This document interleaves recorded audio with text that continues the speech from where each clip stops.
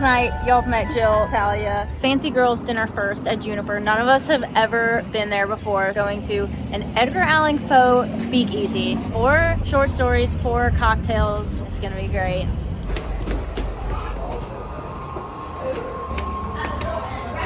Welcome to the table. Oh, drink number 1.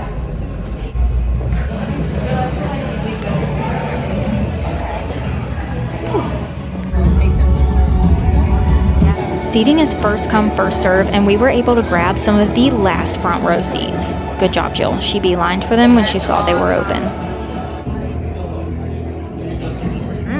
Our first cocktail, the Pale Blue Eye. It was very light and refreshing, a good cocktail to start with. Much more lemony than blueberry in flavor. So I think we decided this one tastes a little bit like lemonade. The stage was more elaborate than we expected. Amazing. This is the vibe. Very spooky vibes. So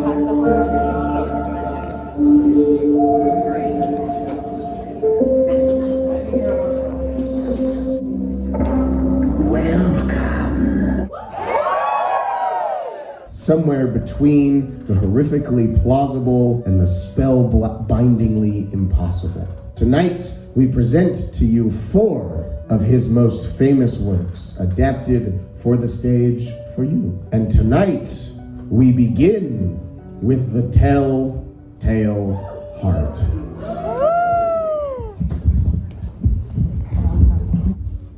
Nervous. Truly, I am nervous. But how can you say me mad? Listen, as I calmly tell you my tale. I wasn't sure when exactly it crossed my mind to kill the old man. Pale blue eye with a film over it, like a vulture. Forever. Bless you.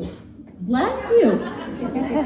And I would creep towards the old man's room, quietly, nearly silent. I have to be sure I am rid of it. His pillow and stuffed it over his face. The beating, the neighbors would surely hear that pounding, and the heart stopped. Yes, the very floorboards in which he was slain would be his tomb, and laid them back so perfectly, so meticulously, that no human eye, not even his, would ever know. The knock. Police officers. A neighbor had heard one single shriek, but I smiled. I had hid the body flawlessly. Search, well, was but my own in a dream. A nightmare. Heard a low, dull sound, that sweat breaking out on my brow. The beating, somehow, some way, the beating, how could they ignore that beating? Why wouldn't they leave? And the heartbeat, it grew louder and louder and louder and louder until, all right, it was I. Silence this beating of his hideous heart.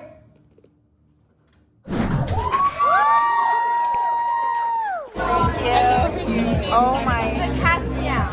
This was so good. This one Black cat. Oh, that's good. That's stronger. Oh, that's like a milky. That's, I don't know. Delicious. That is so good. Cocktail number 2, the Cat's Meow, is a take on Poe's favorite drink, a brandy milk punch. I usually don't like bourbon drinks, but this was so good. This is like dessert. Very good. It tasted like sweet milk, and the vanilla and cinnamon really came through. Just a great dessert type cocktail. This actually would have been a great drink to end with. I like it. It's like milk, cinnamon milk with sneaky alcohol. This is great. Hello again, friends. Between each short story, they tell you a bit about Edgar Allan Poe's history, events in his life, and influences on his work. I really like this aspect of the show because I didn't really know that much about his actual life. His mother would grow ill and she would eventually die. The disease that took his mother's life is called tuberculosis. He grew particularly fond of cats, and this next piece is no exception. My friends, the black cat. Oh my, how delightful friends. Was no mere cat friends. Oh no, he was the one that I liked best. I tried not to hurt anyone. It grew within me and it took hold. The cat avoided my presence. This angered me, obviously. It would anyone, so I seized him. That damn cat bit me! I had no choice, you have to understand. I had no choice. I hugged him with tears streaming down my face. God, don't you understand? It was a cat! But as for me, I soon found a dislike for it. Though this is just the opposite of what I had intended. Not only did I feel disgust and annoyance at this creature, at every possible turn I found this vile beast would not give me a moment's peace. Yet they hate this cat. I snapped and I swung in my wrath. It would have been a fatal blow had it not been for the intervening hand of my wife, burying the axe in her brains. Oh my God, what have I done? Oh my God, please! No, not alone! God, no! Of course! The well! Outside!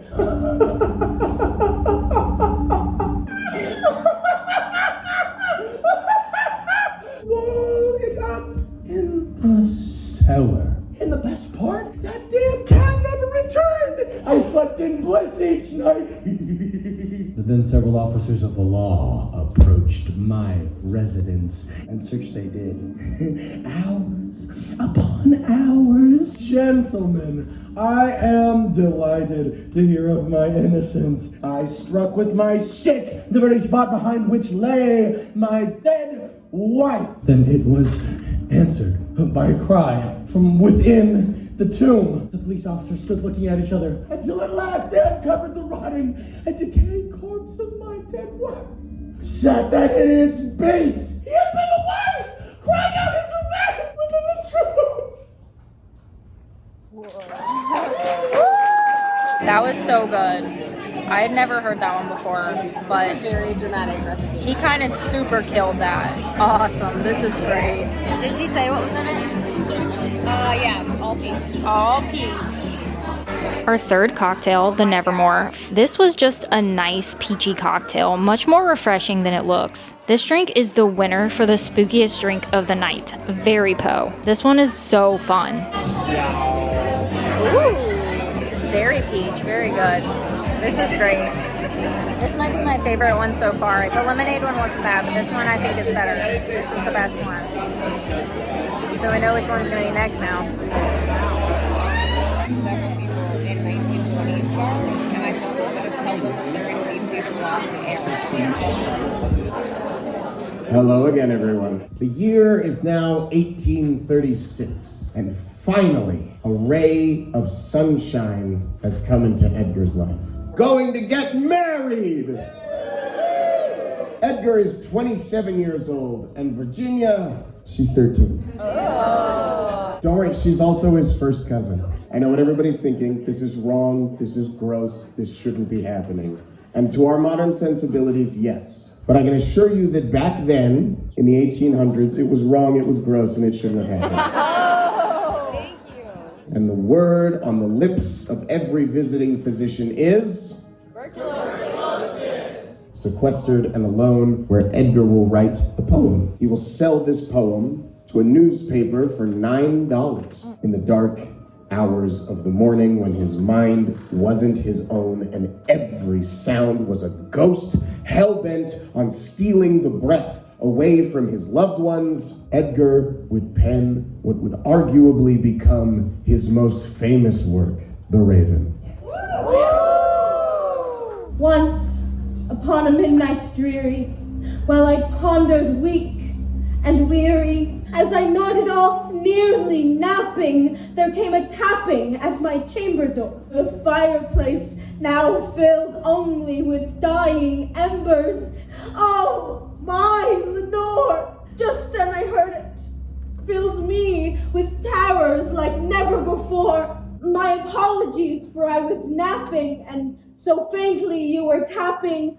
Darkness, and nothing more.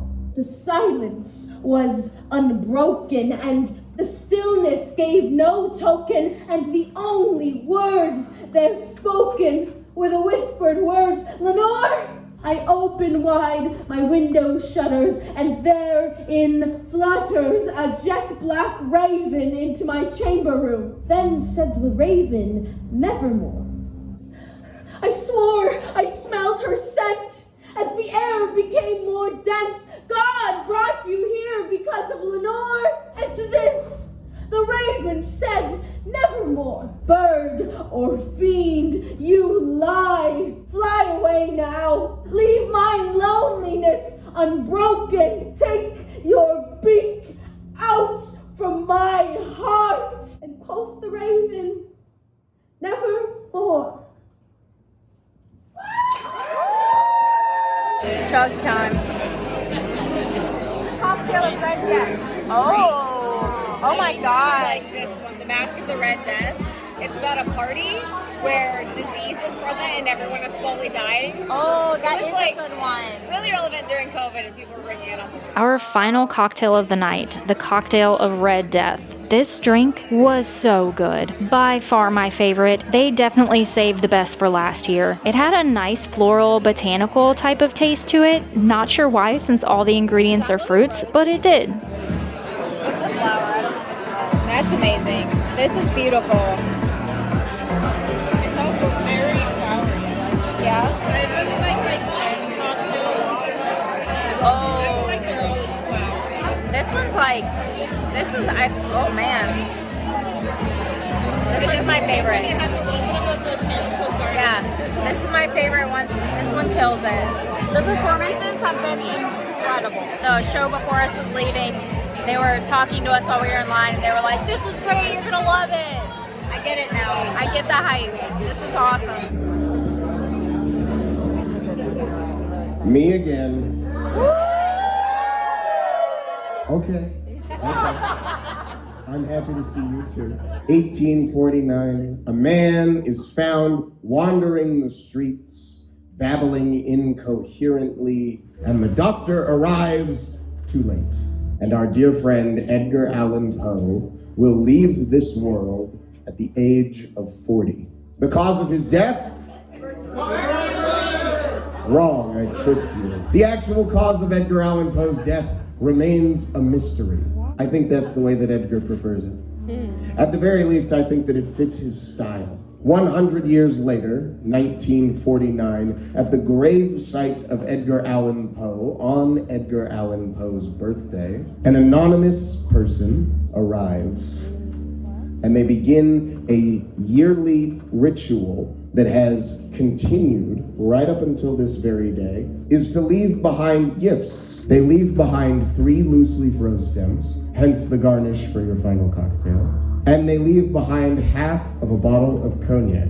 Edgar Allan Poe left behind a legacy that reminds each and every one of us that no matter who we are, nobody escapes death. It is now my privilege to share with you the Masque of the Red Death.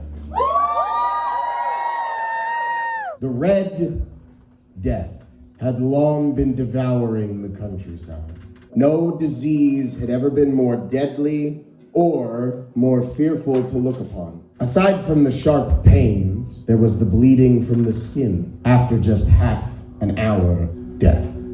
Gathered together 1,000 healthy, happy friends, and he took them far away Prospero provided his friends with everything they could ever need for pleasure. Here they could forget the Red Death and leave the outside world to fend for itself. Prospero gathered his friends together for a masquerade party. Everyone was told to wear their most magnificent clothing and their most grotesque masks. Danced elegantly through 7 intricately decorated rooms. The first room was blue. The third room was green. The fourth was yellow. And the 7th room, the final room, was draped in a heavy black velvet. But the windows of this room did not match. No, the windows of this room were a deep blood red. Began to notice a stranger had come among them. The mask on his face so much resembled the face of a dead man that not even the most discerning eye among them could have told the difference. Garbed himself as the Red Death. Clothing was spattered with blood, and the mask on his face bore the hideous lesions that marked the disease's triumph. Who dares mock us? The revelers rushed the stranger, but he simply walked past them. He came within a hair's breadth of Prospero. He was just about to strike the stranger when the stranger turned and fixed Prospero with his gaze. There was a cry, and the dagger fell glittering to the black velvet floor. Moments later, Prospero lay beside it, dead.